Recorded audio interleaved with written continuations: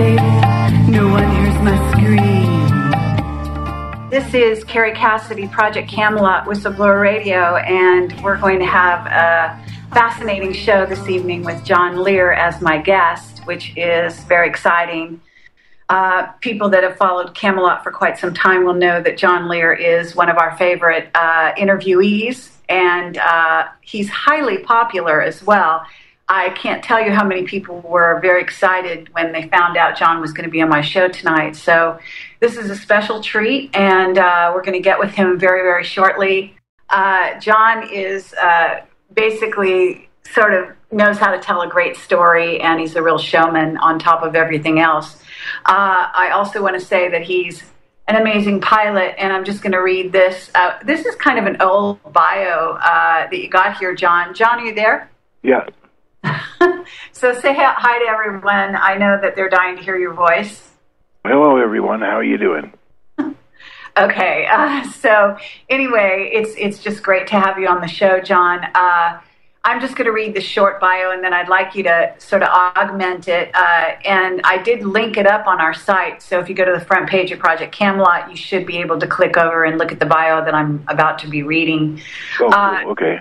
Okay. Just to people listening. And John Lear was the captain for a major U.S. airline, has flown over 160 different types of aircraft in over 50 different countries. He holds 17 world speed records in the Learjet, is the only pilot to ever hold every airline certificate issued by the Federal Aviation Administration. John Lear has flown missions worldwide for the CIA and other government agencies. A former Nevada state senator candidate, he is the William P. Lear, designer of the Learjet executive airplane, the 8-track stereo, and the founder of Lear Siegler Corporation. Lear became interested in the subject of UFOs quite some time ago after talking to a United States Air Force personnel who had witnessed a UFO landing at Bentwaters Air Force Base near London, England, where 3 small aliens walked up to the wing commander.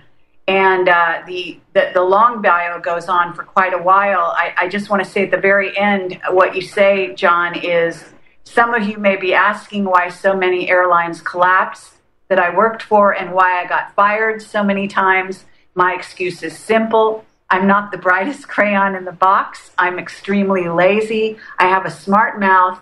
John, you're just like amazing, and you're so funny and so charming. So tell people about your background a little more, because you've got stories. I mean, so many stories that we could be telling people that even I'm sure that you haven't even told.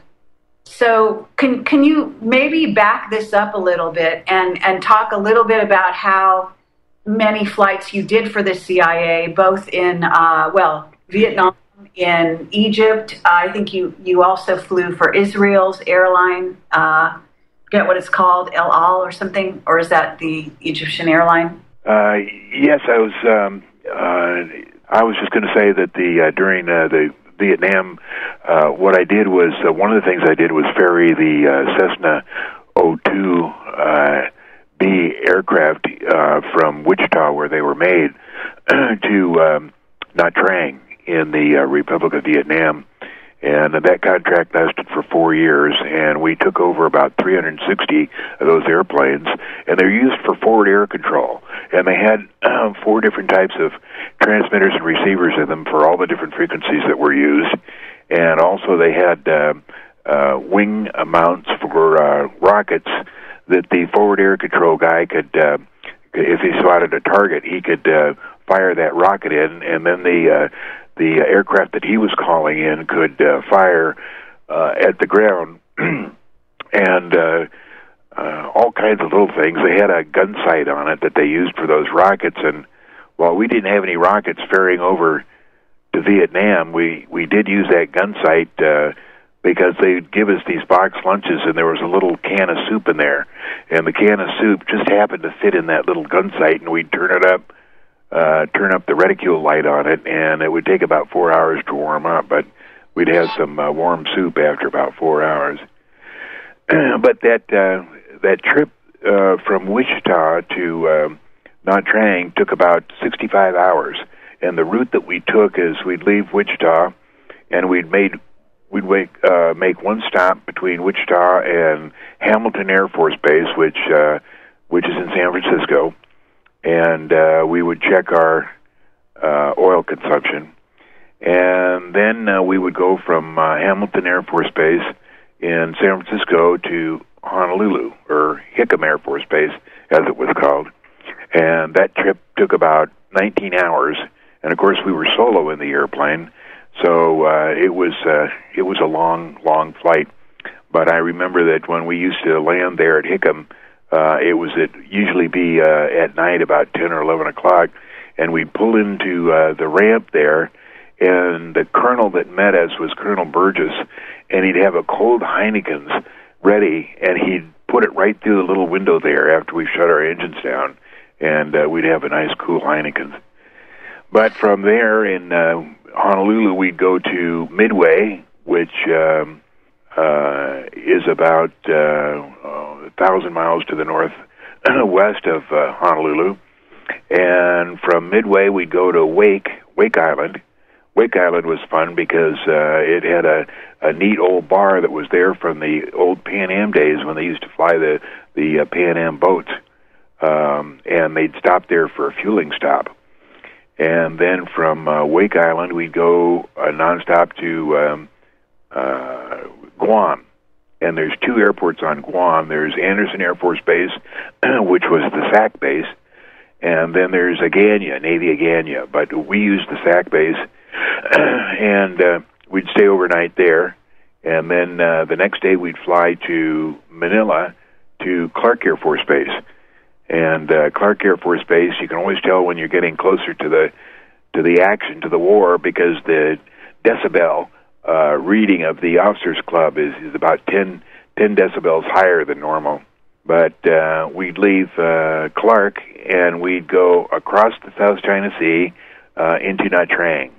And we'd deliver the airplanes into Nha Trang. We'd land, and there was a bunch of people there ready to take the ferry tanks out, take the oil tanks out, the spare oil tanks out, and there was radios, HF, that we didn't need, and we'd take all that stuff, and the tanks, the great big metal tanks, they would leave there in Nha Trang, but all the rest of the stuff they'd ship back to Wichita so that we could put it in another airplane and make another trip. And like I say, they took 65 hours, and it usually took about, I think the fastest you could do it was 18 days. And then we'd get a ride in some Air Force airplane down to Saigon, and we'd usually have to stay there 3 days because we were civilians flying under Air Force orders, but we were not Air Force. So when we got to Saigon, they would give us a fine for being in the country without an in-stamp because Nha Trang was not an official customs base. So the fine was, I forget what the fine was, but it was a monetary fine, and then you had to stay under house arrest for 3 days. And then we'd do that, and then we'd fly home either by Hong Kong or Guam and stay home for a week, and then pick up another airplane and do it again. That was between 1967 and 1970. Okay, and why then, were you flying airplanes into Vietnam? What were you doing, dropping them off?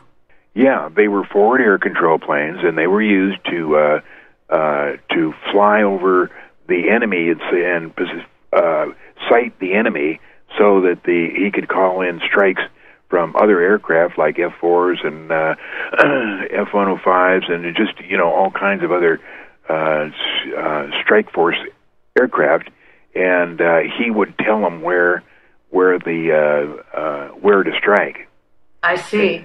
And then, okay, you've done a lot of daredevil type of things. I know that in that bio that I asked people to click over to, you also flew both for Egyptian and for the Israeli airline. And at one point you did it in one day, isn't that right? You worked for that wasn't a daredevil thing. That was just happened to be that we when the Camp David Accords were signed in 1978 by Egypt's by Anwar Sadat and Israel. Those Camp David Accords provided that each country would fly into the other country 4 days a week, and of course, El Al, the Israeli airline, didn't mind flying into Egypt, but you could not find a Egyptian who would fly into Israel. So they had to form a different company that was called Air Sinai to do these flights. And the Americans, which was me, were supposed to pretend we were Egyptians flying those flights into Israel. But it just happened that one day Israel was on strike, and when we went there, for some reason, and I don't know whether I'll ever find out, they had to, it was imperative that El Al, the Israeli airline, fly to Istanbul. And they had to make that flight to Istanbul, and so what they did is, since their airline was on strike, they used our airline or airplane. And I remember the Israeli security anti-hijackers came in and introduced themselves in the cockpit and said they'd be aboard the airplane in case anything happened. But we went ahead, boarded the passengers, flew up to Istanbul, and then back to Tel Aviv, and then reverted to our regular Air Sinai flights back to Cairo. And so that was the day that I flew for an Egyptian airline and an Israeli airline in the same airplane on the same day. Incredible. Okay, I just interviewed Norm Bergram, and a lot of people are going to be very curious. I thank you at the end of my interview with Norm, and you were the inspiration who told us many years ago that we should interview Norm Bergram. And you told us about the hologram, the airplane that he had seen and told you about. And then I asked him about that on the you can hear it on the interview as well. And that's basically what you said flew into the Pentagon, or not the Pentagon, into the Twin Towers. And it's beginning to look like you're correct. There's more and more people out there now jumping on that bandwagon, admitting that there may have not even been a real airplane that flew into those towers. Right. Well, I sure took a lot of flack back in those early days when people were trying to figure out what happened there. But on one of the forums, there was like about 10 or 15 people that would attack me for saying that it was a hologram. And their argument was that they say, well, people actually saw it. And it's hard to tell people that our advancement in technology is so far ahead of what they know about that what they think is magic is actually real. And what they can do is project a flying object like a Boeing 767 and project light, sound, and everything it needs for people to believe that was a Boeing 767 going at 300 miles an hour across the tops of the buildings and hitting the World Trade Center. But in fact, it was just a hologram. And when it was visually, when you see that CNN clip that looks like it's slicing through butter, when the airplane doesn't even slow for a millisecond, they set off the explosives that made it look like that the airplane was actually the cause. But if anybody wants to read the best book that's ever been put out on 9/11, it's Judy Wood's book, and it's called Where Did the Towers Fall? And if you get that book and read it all the way through, it's like 600 pages. It has the best drawings, the best photographs. I mean, it's just well done. And Judy is a doctor of mechanical engineering, and she really knows what she's talking about. And she tells you exactly the method with which those Twin Towers fell. And basically, it was a... We're going to have an interruption here, John. There's a commercial coming up. We'll be right back with John Lear. Thank you. Welcome to the world's meeting place. American It's practically narcotic. Freedom Oh, yes, I like very much. Radio. They're an American institution. American Freedom Radio. We're talking to John Lear. We were just talking about the holograms, the planes that were flown into the Trade Center. John, I don't know if you've heard this, but recently I had a guest on, a very interesting man named David E. Martin. Have you heard of him? No. Okay. Well, he was basically part of a group of 12 people that were given the proposition of buying the presidency, according to his story. He's a top executive, very well known in the business world, apparently, and has written a book. It's a fiction, but he says that it's actually fact.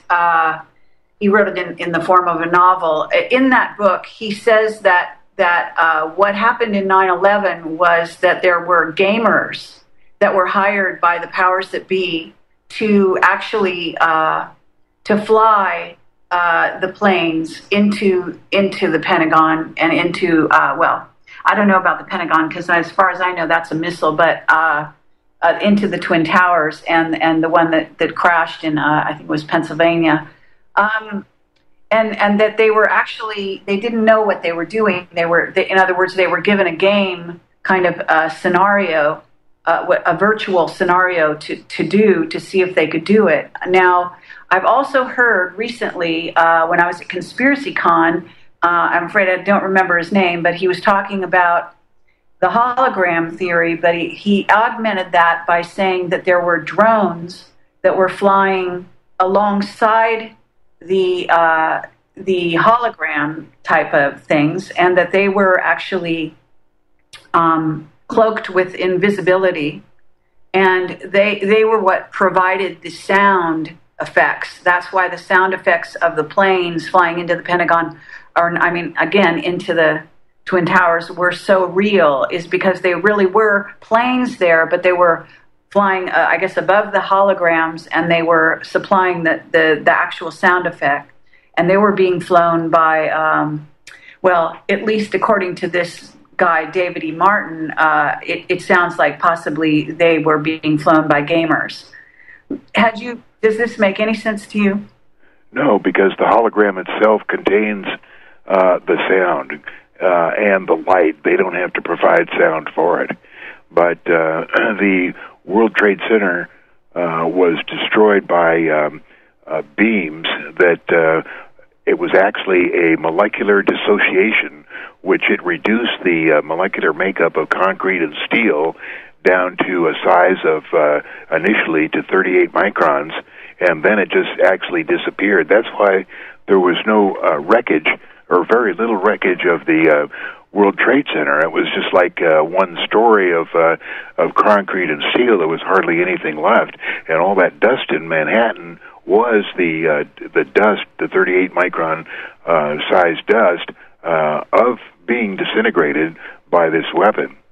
And let me be sure that the Pentagon, there was no missile or airplane. It was an overfly.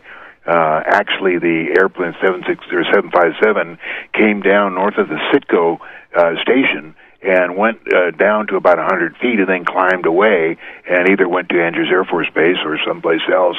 But nothing went into the Pentagon. That was explosives. And the reason we know that is because the lady that was, let's see, what was her name? April Gallup was an Army intelligence specialist, and she was sitting 40 feet away from that wall. And her 6-month-old son was in his baby carriage thing right under her feet. And when the explosion came, there was nothing that came in, or there was no fuel smell, or any kind of a jet fuel or anything like that. And after that hole opened, she picked up her son and walked out of that hole in the concrete of the side of the Pentagon and went onto the grass for triage. So there was nothing, no missile or anything that went into the Pentagon. And as far as the place in Pennsylvania, what was the name of that place where they crashed, or allegedly crashed? What was that other place called? I forget the name of the place. You just said it. Anyway, where that Flight 93 supposedly landed or crashed, that was just a 20-foot long hole that had just been recently dug. And I'm going to tell you why that happened is because the third airplane was supposed to simulate a crash into Building 7. But after the first two went off in the World Trade Center, something happened to either the holograph machine or whatever it was that they were supposed to simulate flying into the building number 7. Something happened and they couldn't do it.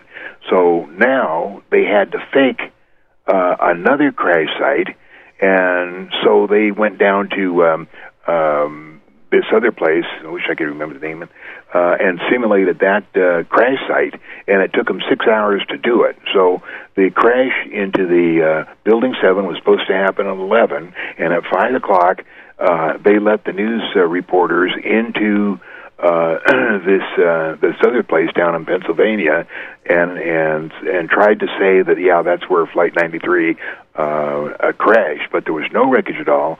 There was one little teeny turbine. And I've, seen enough wrecks in my life that I know that there's no possibility an airplane can disappear below ground. But what the problem was is now they had to figure out what to do with Building 7, because the airplane was they were supposed to allegedly fly into that thing, and they were going to use the same stuff that they used on the World Trade Center. But they couldn't project the holographic image. So it got to be 5 o'clock, and they didn't know what to do. And they said, well, just maybe the American public will be stupid enough to believe that building just disintegrated from a fire. And so they said, well, we have no other choice, so let's just do it. So they used the same method of destruction for building number 7 that they did for 1 and 2, and it collapsed, and they were right. Nobody said very much about Building 7. Oh, yeah, it collapsed. It must have been that fire. But Building number 7 collapsed within its own footprint, and there's no possibility that it could have been either man-made explosions or anything else that they had. This was a real technological molecular dissociation that they used. Okay, well, I don't know. Do you know who Victor Boot is? Victor who? Victor Boot, or Bout Boot. You know who he is? No. Okay, well, he was called the Merchant of Death. He was one of the biggest arms salesmen. They made a movie about him with Nicolas Cage. Oh, okay. Well, at any rate, I have interviewed a person who worked with him called Dmitry Kalazov. And he has told me that Victor Boot apparently attests that there was what is called a granite missile that hit the Pentagon, that it was actually a missile. Now I hear what you're saying about April, and that certainly is persuasive, but the Victor Boot story is on my website, just in case you're interested, and it's quite extensive. Apparently, he ended up in jail over knowing this information, according to what's, what. Now, there might have been a lot of other reasons why the American government might have wanted to throw him in jail besides this information, but that's what Dmitry Kalazov, who is a former nuclear intelligence officer from Russia, is saying. Well, what they're trying to do, Carrie, is get the heat off what really did it, and of course, it's the weaponized satellites that we have. There's 4 of them, or 24 of them orbiting, and it's taken them 30 years to put them up there. And they have these weapons and other weapons that they use, the one containing molecular dissociation. And what they're trying to do is take the eyeball off these weapons and make it, oh yeah, it was this other thing that we had, and there's nothing in space. But in fact, those 24 orbiting satellites, at least one of them was used to destroy World Trades 1, 2, and 7. and but they don't want the public to know about it. So they're trying any method to disguise or to say that it was something else that hit the Pentagon, and they're trying to say that they had nukes at the World Trade Center, and they've got this Russian out there saying that there's nukes at the World Trade Center, and it's not true because first of all, there's no residue of the cesium. I think it's 137 that it would had to been there, and any other part of the nuclear weapon that it's just not there. In fact, it was these spaceborne weapons. So that's what they're trying to do with these counter stories, with somebody else coming in and saying, "Oh no, it was a granite bomb that went in there." All right. Well, that's very interesting. Let me, because I do have information about those satellites. There's a group of nanosatellites that Anthony Sanchez has been talking about that are up there, which are run by this sort of major satellite, I guess called Mother. I don't know if you've heard of that, but at any rate, the hologram theory, it gets into the whole Project Bluebeam idea. And if they created the hologram that Norm saw, which he saw looked for all intents and purposes, even though it was almost right over his head, a jet, right? Yeah. And then disappeared in completely in thin air, but it looked and sounded just like a jet. And then years later, you've got the Pentagon and you've got the World Trade Center situation, and you've got a hologram there. If indeed that was true, it was certainly state of the art at that point, which was what, 2001? Well, 2001 is when it happened, but he saw that a couple of years before 2001. Right. So when I went over to his house during the San Jose UFO Expo in 2005, I said, "What do you think, Norm? Do you think that could have been a hologram?" And he said, "Yes, and I'll tell you why." And then he told me about this thing that happened to him in before 9/11. Oh, I see. So Norm agrees with you on that. I think that's correct. Is what? I'm sorry, okay. what? Is that that's an alarm in your house of some kind? It sounds like. So you're saying Norm Bergman agrees with you about the hologram going into the Twin Towers? Oh, absolutely. Okay, yeah. Now, what do you think about Project Bluebeam? Do you think that that's a likely thing we're going to look at in the future, the near future here? Just refresh my memory of what Bluebeam is. It's basically a fake alien invasion using UFOs, fake UFOs, and that sort of thing to, as you know, Werner von Braun talked about the last sort of enemy that if the New World Order wanted to basically put their way, their whole thing into effect, that they would use the blue beam as their last resort to fake an alien invasion. Right. Carol Rosen told us that, and they certainly have the technology to do it, but whether they'll actually try it, I'd be hard-pressed to believe that they're going to try it, but they might, who knows. I'm not a very good predictor, so it'll be interesting to see if it happens, but they certainly have the technology to try that. Okay. I'm also noticing that on your website you're talking about Einstein being, a hoaxer. Why do you call him a hoaxer? Because he deliberately put out those theories of his theories of relativity, both general and special, knowing that they were wrong. And he knew that, and he would just admit to friends that he wasn't very sure about it. But when Perry Spalter came along in 1993 and published her book, the laws, the gravitational force of the sun, and proved all the ways that he was wrong. There's like 19 different ways that she lists that he was wrong, and so he knew that, and the thing is that he used Newton's law of gravitational force, which was wrong in itself, because there's no basis for Newton's assumption that gravitational force is due and is proportional to the quantity or density of matter. And what we use that law for is to predict the size or the weight or the density of the moon from its size, or any planet from its size, and you can't do that. And Perry Spalter has proven that by the calculations she's done in this book, and it's called Gravitational Force of the Sun by Perry Spalter. That's Spolter, and she laid that out in 1993, and I read it a couple of years ago and realized the importance of what she said, because if she could prove Newton wrong, then Einstein had based all of his figures and theories on Newton.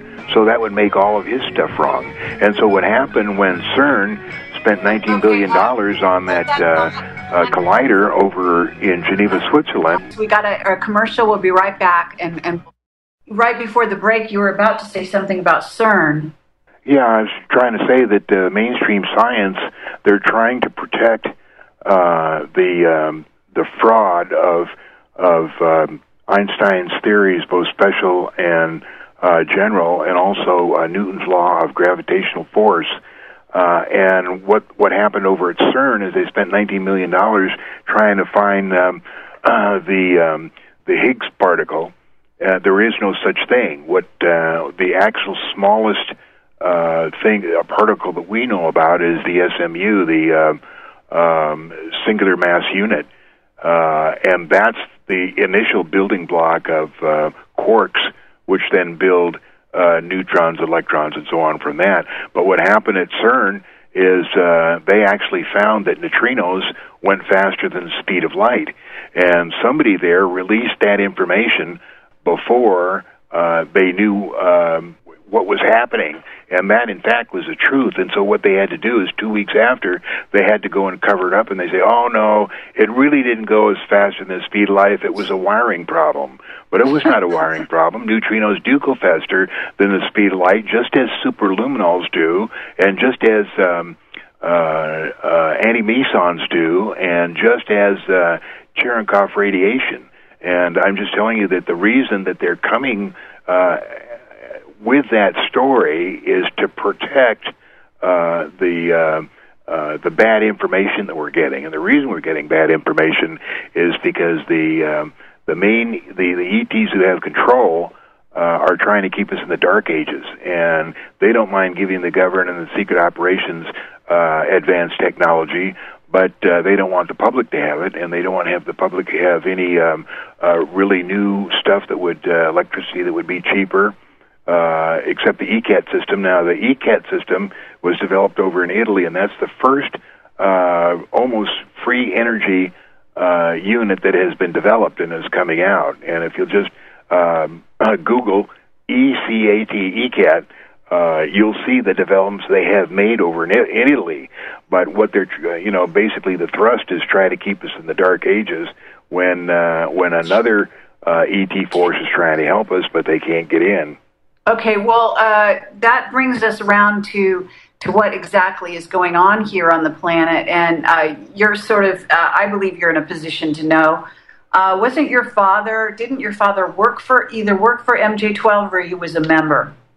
No, he was. He knew all the people on MJ12, but he was the major contractor in 1952 for anti-gravity machine, anti-gravity technology, and I think they had it sorted out by 1956, and it was then that we used that technology to do a lot of stuff that we had. And he worked with all the major guys. I can remember when I was a little kid, the Vandenberg, who was a member of NJ12, he was around the house all the time, and so was Jimmy Doolittle. And Jimmy Doolittle wasn't a MJ12 himself, but he knew everything that MJ12 did. Okay, which is what exactly? I mean, this is all about Dulce and what went on there. You're familiar with the Dulce battle, right? Yeah, I'd like to straighten that up. It wasn't a battle. What happened was that they were instructing 44 U.S. scientists in 1979, and a guard came in, and they knew that they were not supposed to wear sidearms or carry weapons at any time when a gray was around, because the grays didn't permit it, and it was known that somebody would be killed instantly if they did it, if they carried a weapon. So what happened is a security guard either accidentally or on purpose, walked into this classroom where these 44 scientists were having a class with this gray, and he had a weapon, a loaded weapon on his in his holster, and the gray just looked over and instantly killed him with a little beam that he had. And then the Delta Force saw all this happening on the monitors, and they came down with about 20 other guys to retaliate against this. And the gray just killed them all, killed all the scientists, 44 scientists, and 22 Delta Force. And that has been, touted as being a war. It was not a war. Phil Schneider was not there. Phil Schneider did not get hurt. His fingers, he didn't lose his fingers there. He lost his fingers playing with explosives when he was a kid. And this has been backed up, the story that I just told you, by when Bob Lazar was at S4, he read that identical report, except the only difference between the report he read and the one that I know about is that the report he read said it happened at Area 51. But I think that the reason is because his clearance hadn't advanced to Majestic yet, so he wasn't cleared to know about Dulce. And incidentally, in the last 4 or 5 years, the new I don't know why the new pronunciation of Dulce, but it's DeLuca now. And it's like you spelled it D-E-L-U-C-A, DeLuca. And I don't know why they call it that, but that's supposedly the new name. I see. Well, my understanding is, I guess you're not familiar with Mark Richards, Joanne Richards' husband. Yeah, he's the guy that was in jail? Yes, he is in jail. Yeah, that's all a total, Carrie, that's all a total BS fraud. I know the people that they're talking about. I work with those guys in Laos. There's no way that in 1979 they helped in an assault on Dulce. Well, actually, it's not that kind of a facility. You may know this, but Sean David Morton was given a guy who passed on, left behind a whole bunch of files, and he was a whistleblower, became a whistleblower. And his lawyer turned those files over to Sean David Morton, who then turned it into a book. He was told to keep it fiction, but it basically tells the exact same story as Mark Richards about the Dulce battle. The thing you're talking about was an altercation. It was not a battle. It was a different situation at a different time. The Dulce battle is something that was much more pervasive, and actually is documented very well in Sean David Morton's new book, which is called Sands of Time, which I think you should read, John, because you'd have a great way of evaluating that material. But I got to tell you, it was given to Sean, and he was told to protect the wife and daughter of the man. He could not tell it as a true story. He could only put it in a novel. So that's what he did, but basically it's all documented by what the files this guy left behind. And the guy who died supposedly ran Area 51. Okay, that's all total BS. It didn't happen. There was no second altercation at Dulce, no second war at Dulce. All that is to try and muddy the waters about the original altercation, and there was only one. It doesn't matter whether Sean David Morton brought that out. It doesn't matter whether he got secret files or not. He didn't. And I don't know where he got those files, but the story he's telling is absolutely not true. Well, let me ask you this. What do you know about MJ-12? Just that they were formed in 1947 by President Truman, and that over the years it increased to more members and then less members. And whether it exists now, I don't know. Okay. And did you ever, were you ever invited to be a member? No. No? Okay. And what about Dan Burish? Do you believe he was a member? Who? Dan Burish. Yeah. I don't know whether he's a member, but he certainly interacted with MJ-12. Okay, and what about Marcia McDowell? I've heard that she's had something to do with MJ-12, allegedly took it over, but I don't believe it. Okay. In Nevada, where you live, Las Vegas specifically, there's a lot of action in that area, right? A lot of what? Action. Underground action, maglev trains going in and out of Vegas to Sandia Labs, et cetera, et cetera. Yeah, I was telling people about that about 2 years ago when they opened up the new secret base called Sandia, which is exactly halfway between the Tonopah Test Range and Groom Lake.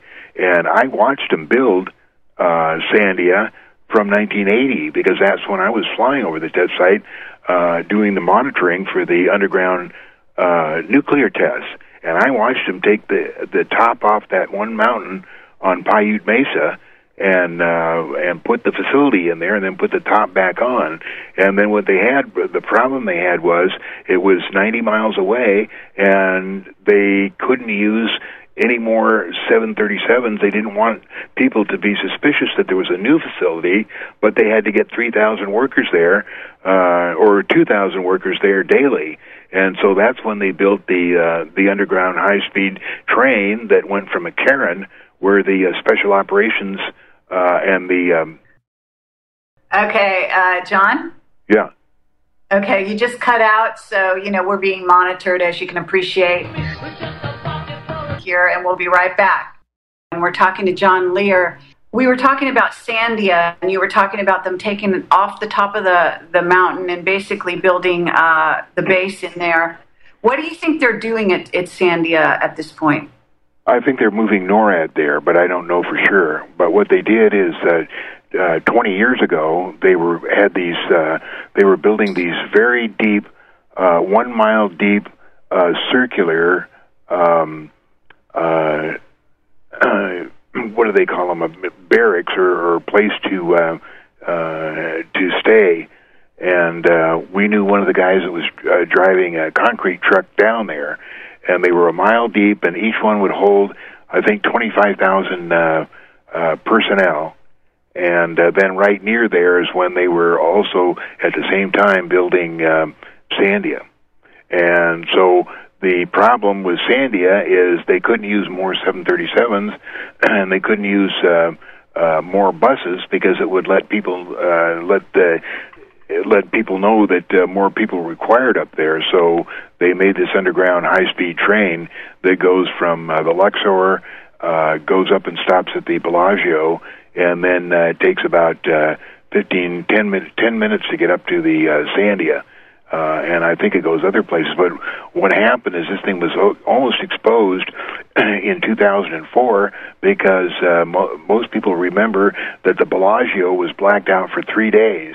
Now, it's just absolutely impossible to black out a Las Vegas hotel because of all the backup systems they have. But what they were doing is that when they were building an additional track and tunnel, they went directly under the Bellagio and hit the main power grid, and it just put out the power for 3 days while they fixed it. And it must have been an intelligence nightmare to give clearances to Clark County employees and confess that they had this train under there, and that's what hit the grid, and then get everybody cleared, and then get them, to keep their mouths shut about this train. But there's too many leaks now that have come out that tell about it. I've asked you before, but up to now, I asked you, a few years ago, and if you'd ever had a ride on that train. What's the answer this time? No, I was never involved in all that stuff. I see. Knowing that it's so close to your house, how would you get down to the train? I mean, in other words, you go into an elevator. Is it a special elevator? Or do you push a certain button? Do you have a card swipe? Do you know how it's done? Yeah, and the end terminus at McCarran is under the Luxor Hotel, and there's a passageway from the special projects where the 737 have their terminal, and you walk over to the terminal of the train, and if you're coming into the Luxor on top. What you do is there's a special elevator that you get on that nobody else can use, or it's locked out or some way, and get down to the regular place, or get down to the where you get on the train. And the Bellagio, it's the same way, and it also works great because you can go in and not be suspected of being an employee other than somebody just going to go gamble. But they go to a certain room and press a code and go, and there's an elevator that runs down to the train, and they just get on the elevator, go down, and wait for it to leave. And the same thing when they come back. It's just press the button, go up, and walk out in the parking lot. Back to, the battle at Dulce, that information that you have, did that come from Bob Lazar? The original information came from, I think, Benowitz. And then after I put out I was the one that originally wrote the Dulce papers. And the Dulce papers were from Ann, were given to me by Ann West. And she's the one that had contact with the guy that was a security guard. And the security guard was supposed to, what he did is he put 8 or 6 packages together. And each package had a videotape of, I think it was 8 or 9 minutes of a corridor, and 25 black and white photos, and 100 pages of technical documents. And he made 6 of these packages, sealed them, and gave one to each friend, and said, if I don't contact you for 2 periods, and each period ran 4 months in a row, you can take this information and release it how you want. And so Ann West got one of the packages and buried it down by Dolan Springs in Arizona. And so I met her through Tom Adams and got the briefing on Dulce, and she had the papers of or the drawings of the black and white photos that the guard had given her. So I took those original pencil drawings and made felt tip drawings. And then I also typed a 1-page summary of what was in the technical documents.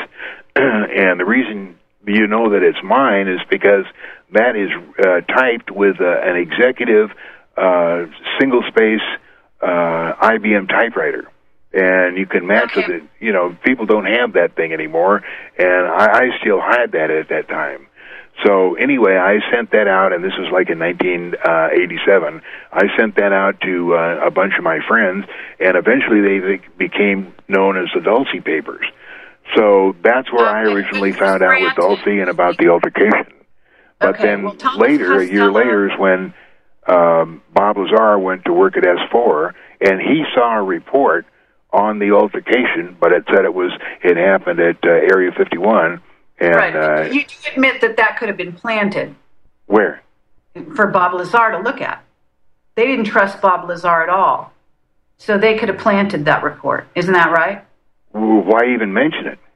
And why say Area 51? Why not, give more information on it? If they're giving Bob Lazar misdirects, then it kind of falls in that category. The security guard's name was Thomas Costello. Right. Okay. And this woman, Ann West. What I understand is that those packages. Actually, I was told where one of those packages is right now. Other than Dolan Springs? Yep. Okay, why don't we go get it?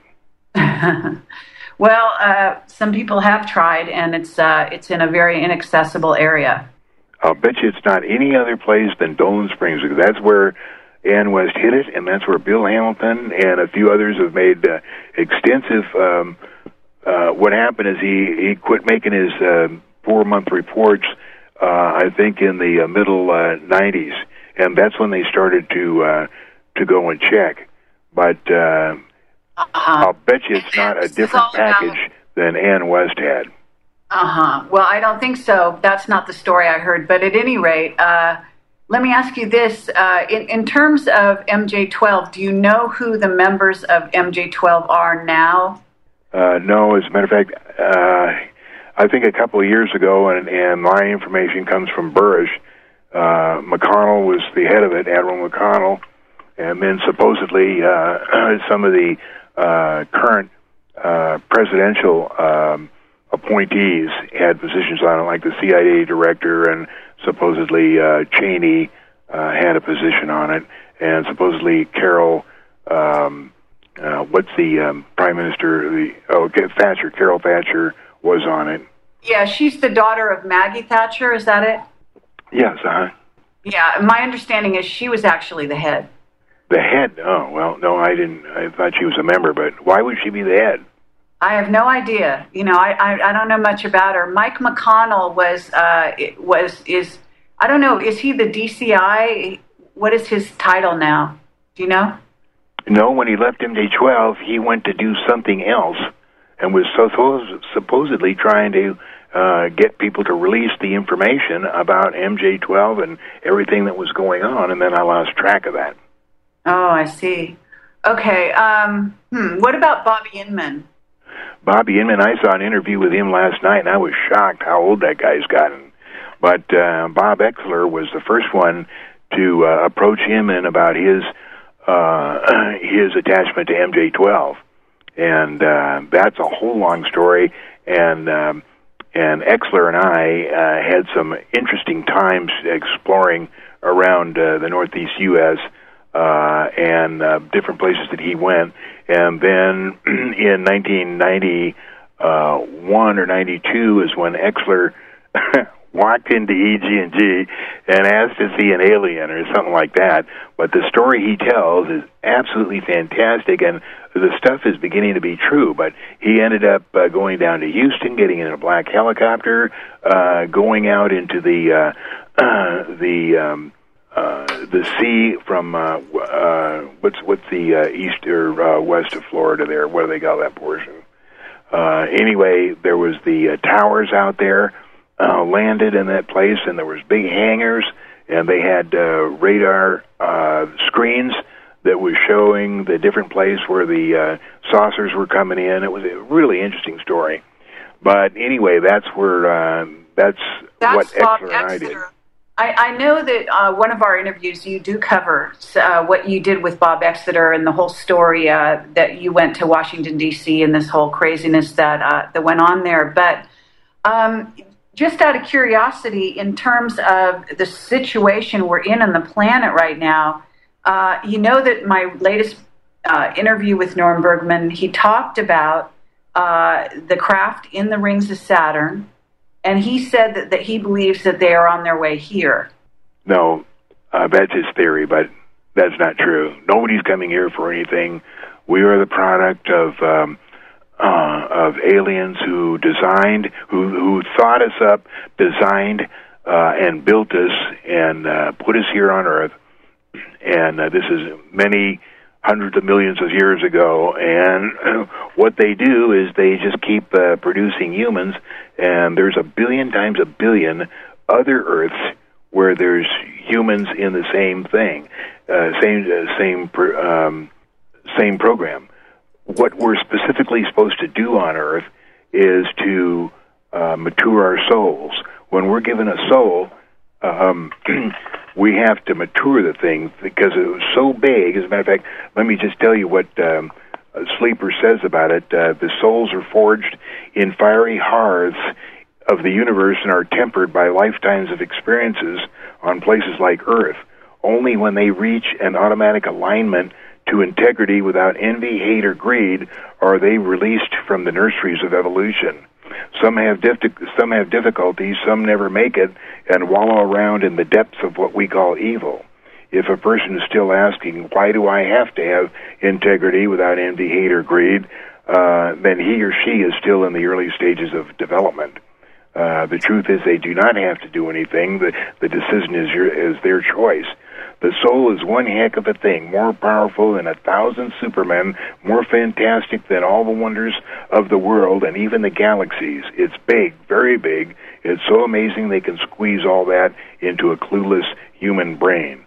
But basically what we are supposed to do on Earth is to mature that soul and learn how to live with integrity and without envy, hate, or greed, and then we get to go to the next dimension, which we find out when we die. Now, when Steve Jobs died here about several months ago, his family was around him, and just the two or 3 minutes before he died, he said, "Oh wow, oh wow, oh wow." And what he was seeing was the reception area, because when we die, we go to the reception area, and we're met by whoever we believe in. If you believe in God, God meets you. If you believe in Jesus, Jesus meets you. If you're a Buddhist, Buddha meets you. If you're if you believe Islam, then the head of or the Islamic God meets you, and in my case, it'll have to be the Great Pumpkin, because that's who I believe in. But anyway, they meet you, and this room is so ornate, so huge, and so beautiful that that's what Steve Jobs was saying when he was saying, "Oh wow," that he had seen that thing. This is something of your philosophy. It sounds like it was also this guy Sleeper, who was somebody who came onto the forum for quite some time, for a while, and was disclosing information under the name of Sleeper. Correct? Say that again, Carrie. There's a guy named Sleeper who was somebody who came onto one of the forums. I'm not sure if it was the Avalon forum or which forum it was. Maybe ATS. It was ATS several years ago, and you basically downloaded all his posts, and this is his philosophy. That's correct. Yes. And I have all 1,200 pages, and he wrote. He has 7 books out now. I have 4 of them, and it's extremely interesting stuff. And I believe it fully 100%. Okay. Let me ask you this. Norm Bergram, being 91 years old, believes that he is now going to be funded. Did you hear that in my interview? That he's going to be what? Funded. He's got somebody who's going to fund his work. Oh. Okay. Well, I hope they do it in a hurry, because none of us live too much longer than 92 years old. Okay. Well, he's actually doing really well, and he firmly believes he's going to finish his next book, and he's going to talk about the fact that he feels that the ring makers, those craft, are on the way here, and why he believes that. But one of the things he also talked about was the fact that there are rings that are now appearing around Uranus and also Jupiter. Yeah, that's what I heard. Okay. And he says that the craft are what create the rings. Are you familiar with that? No, but that's what I thought from the beginning. He said in the beginning, he said they were mining the rings, and I said, no, I think that they're making them. Okay, well, he apparently thinks they're making them also, and he says that it's from a plasma discharge. Yeah. Stay tuned. Thank you. Project Camelot Whistleblower Radio, and we're talking to John Lear. John, right before the break, we were just talking about the rings that are appearing around Uranus and Jupiter, and basically the plasma that Norm says is what actually is creating the rings out of the craft, coming out of the craft. Interesting. Yeah, it is. Did you happen to know that Norm had way above top secret clearance when he worked for Lockheed? Yeah, he had like 2 or 3 pages of clearances. Yeah, that's what he says, and pretty incredible. The guy must know just about every secret from the last 50 years at least. Yeah, and those guys that get those clearances, they get kind of discouraged, because they're locked in these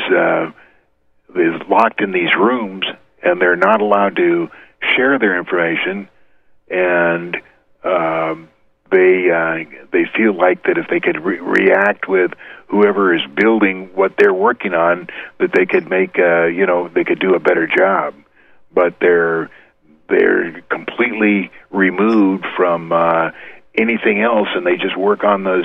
They just give them a part to make or something to design, not knowing where it's going or what its ultimate job is going to be. I guess depending on their clearance. Well, let me ask you this: have you been in touch with Bob Lazar lately? No, it's just to invite him to my birthday, which is December 4th. It's going to be my 70th birthday, and he came to my 65th birthday, And so he says he's going to come to my 70th, which is December 4th. Okay, well, we'll make sure to remember that. I've got a number of people calling and also putting questions in the chat here, so I'm going to ask the caller to come on the line with you. Is that okay? Okay, fine. Okay. So let's see. We've got a caller from area code 210, and you're on the line with John Lear and Carrie Cassidy. Hi, Carrie. How you doing? Good. How are you? Love your show, and hi, John. Hi, John Lear. I've been waiting to talk to you for years and years. Well, at least a couple of years anyhow, since I first heard your first interview on the Camelot website, and I find your theories on the holographs very intriguing and stuff like that. And it's a whole new way to think about the 9/11 stuff. But I wanted to tell you, Shanksville. Shanksville is the name of that town in Pennsylvania where they allegedly crashed it into a 20-foot hole. Shanksville, that's the name. You should have come on 35 minutes ago. Yeah, okay, yeah, well, I'm sorry. At the end of one of the interviews you had said, Carrie had asked you about the Ark of the Covenant, and you said you know something about that. Ask you some other time. Would you recall anything about that now, sir? No. The only thing I heard about the seals of the covenant was the alleged comment made over at the Northrop facility west of Edwards Air Force Base when those guys were hiking around, and somebody said that the third or fourth seal had been broken. Off the covenant, off the Ark. Okay, what do you think the Ark is? Well, it's a transmitter to God, isn't it? It's what? Isn't it the Ark that Moses built? It could be, and I don't want to upset anybody, but those are mythical figures. They never existed. Oh, is that right? Okay. Right. Yeah, I was concerned about you a couple. I guess it was a year or so ago because they said you were sick, and I was thinking, well, I hope he's not going. I hope he's not going back to his great punkin. No, I'm doing well now. I'm sure glad to hear you're sounding good and healthy and stuff. Yeah, great. I wish you the best, and thank you very much, Carrie. Love your show. Thank you very much. God bless now. Bye-bye. Bye now. Take care. Now there's a nice guy. Take care. Yeah, absolutely. Well, there's a lot of nice people out there, actually. Sometimes they get lost in the shuffle. There's so many crazies. But let me see if I can get this thing to work here. We've got another caller, area code 707. You're on the air with John Lear. Hello? Hello? Hi. My name is Kathy. I'm from Northern California, and it's a pleasure to talk to both of you. And my question is, you spoke about the sleeper and the his idea of maturing the soul. How is that related to on the moon the machine that actually catches souls? Well, I thought that I proposed that the tower, the 7-mile-high tower that Hoagland showed us, sits in the middle of the sinus medi, and is actually in the dead center of the moon. I proposed that might have been one of the places where they transfer the souls to, and I did that on the basis that one of the remote viewers had followed a soul partway to the moon. But there are soul transfer centers on Earth, and as soon as you pass away or die, you're taken to a reception area where you meet the person who you believe in. You meet some of the people who have died before you, your family, and then you're taken to a place where you're shown all the good things you did in your life and all the bad things you did in your life. And if you have learned to live with integrity and without envy, hate, or greed, you get to go to the next step, which is the fourth dimension, which is actually a heaven 1,000 times better than you ever thought of to continue your journey. Or if you haven't learned to live with integrity and without envy, hate, or greed, you come back to Earth or another prison planet and try it again. Okay. Thank you. Thank you very much, caller. We've got someone asking here. I'm gonna go to the chat now because we've got a caller on the line, but if they will hold for just a moment. Someone wants to know, John, if you believe there are aliens living in underground bases on Earth. Oh, absolutely. There's not only the aliens that are underground, but there's an entire civilization. At least there's 4 or 5 complete civilizations. Not in the center of the Earth because that's a hot core, but in the part that's between ground level and 5 or 6 miles. There's all kinds of civilizations down there. And as a matter of fact, Admiral Byrd was the one that kind of found the one at the North Pole, but he was prohibited from saying anything he thought. And people who search for that or look for it are not going to find it because it's too well hidden. But in fact, there are entries at the North Pole and entries at the South Pole to these civilizations within the Earth. By the way, John, I don't know if you know Brooks Agnew, but he's going to be leading an expedition of Russians. They've already got the funding and they've got the ships, and they're outfitting the ships now. I guess in a year, they're going to be going to the North Pole and looking for that entrance into that Admiral Byrd supposedly found. I wish them all the best, but it's impossible to do because it's so well hidden, and they keep it hidden so that, well, so that you can't find it. But I don't think in the boat that they're going to be able to find it, the entrance, I mean. Well, yeah, I think it's an interesting dilemma, but I think that it's a very likely a question of frequency. So if their frequencies are the right frequency, it's possible he'll stumble on something. I think you're right. We'll wait and see what happens with that because we're really talking about a portal in a certain sense. Yeah, I think you're right. Okay. Let me take another call here. So hold on one second. This is area code 908. You're on the air with John Lear and Carrie Cassidy. Hi, Carrie. Hi, John. Hey, how you doing? Good. John, have you heard anything about Nibiru being in our solar system and the military just sending out a brief to the dependents at the bases that are on the shores? The bases that are where? Apparently they've on the shorelines, like North Carolina or Texas. I haven't heard anything about that. There's a gentleman, John Moore. I don't know if you've heard of him. He on his show this morning, he talked about he's ex-military intelligence, and he was talking about that they've just received a briefing to the dependents that just to prepare a bag and to be ready to go on a moment's notice. No, I hadn't heard that. Yeah. What do you think about the 10th planet? Is it really real, or is it just some stories?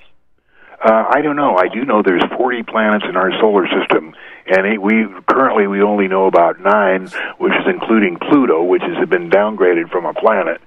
But there are 40, so that 10th one could be. It'll be interesting to see if it ever comes by.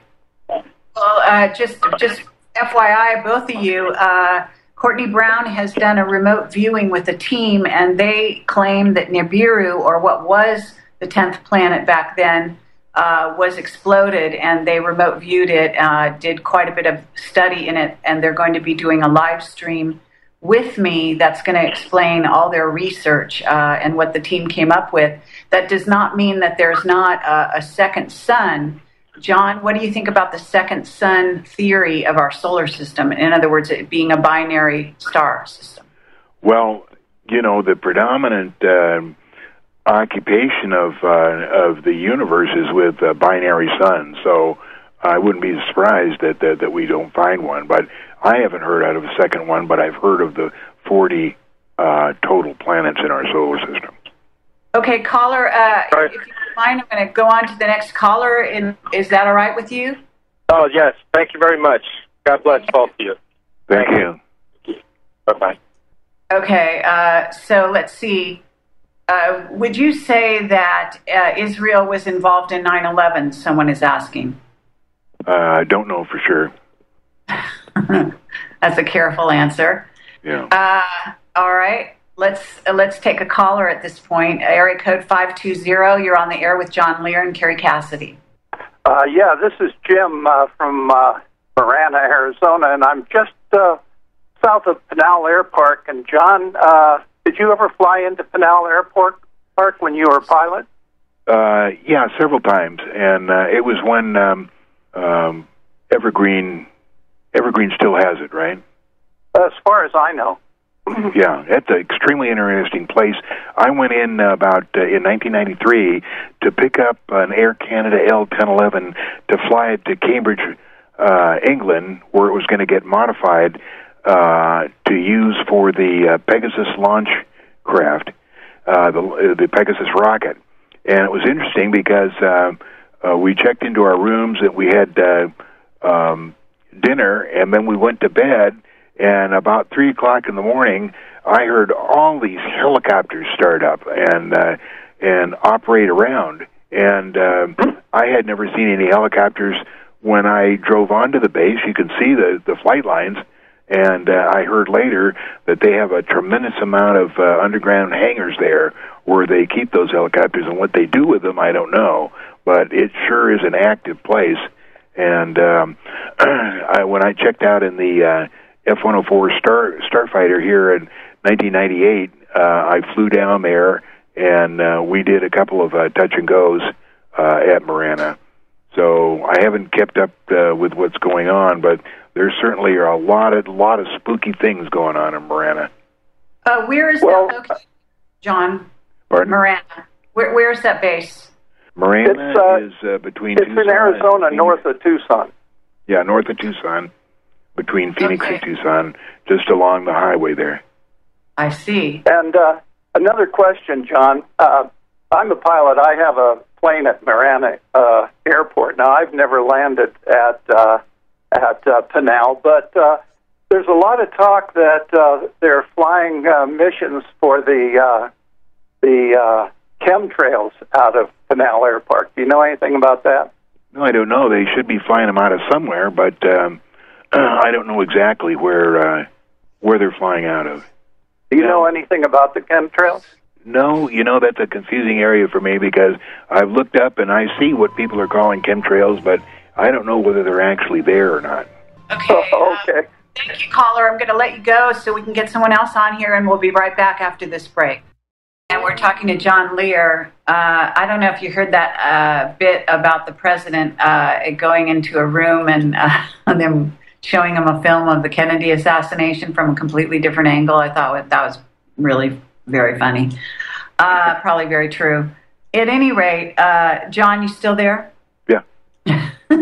Okay, good.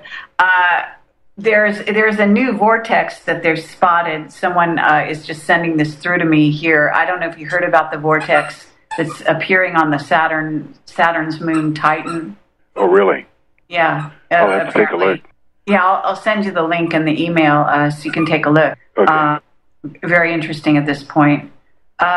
Anyway, there's another caller here. Let me bring them on. Area code 502. You're on the air with John Lear and Carrie Cassidy. Hey, good evening, Carrie. Hi there. How are you? I'm great. How are you? Just fine. Hey, it's so fun listening to you, a soul with such good critical thinking skills. And I just wanted to tell you how much I appreciate your show. I did have some questions for your guest, but in the interest of being kind, I think that I will reserve those questions. I just wanted to thank you because you seem to get to the heart of the matter, and I'll let you go. All right. Well, thank you very much, caller. I appreciate that. You're welcome. All right. Bye-bye. Okay, John, we've got some calls. I've got some more things in the chat room that are coming through here, so I'm going to just scroll down to what they're asking here. Someone wants to know why you post on GLP, which is the God, what do they call that? Godlike Productions. Yeah, Godlike Productions. I guess there's a lot of suspicion that Godlike Production is kind of run by agencies and all that. It's run by what? Agencies, the CIA. Oh, I think the agencies have influence on all of them. As long as I get to say what I want, and they don't change my text, I go back and forth. I have there's PRC, which is the Pegasus Research Consortium that I post a lot at. That's run by Ron Schmidt or Zorgon. But GLP, I just kind of drifted over after a couple others went down the drain. Okay, well, you should come on to Camelot. Have you had trouble on Camelot lately? No, but I'll go there. Okay, well, that would be very nice. We can give you a special spot, and you can have your own whatever you'd like to do. Tommy, my webmaster, is listening right now, and he'd be glad to help you out. Let's see, we've got...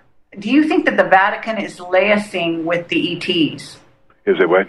Do you think the Vatican is liaising, in other words, making liaisons with ETs? Oh, sure.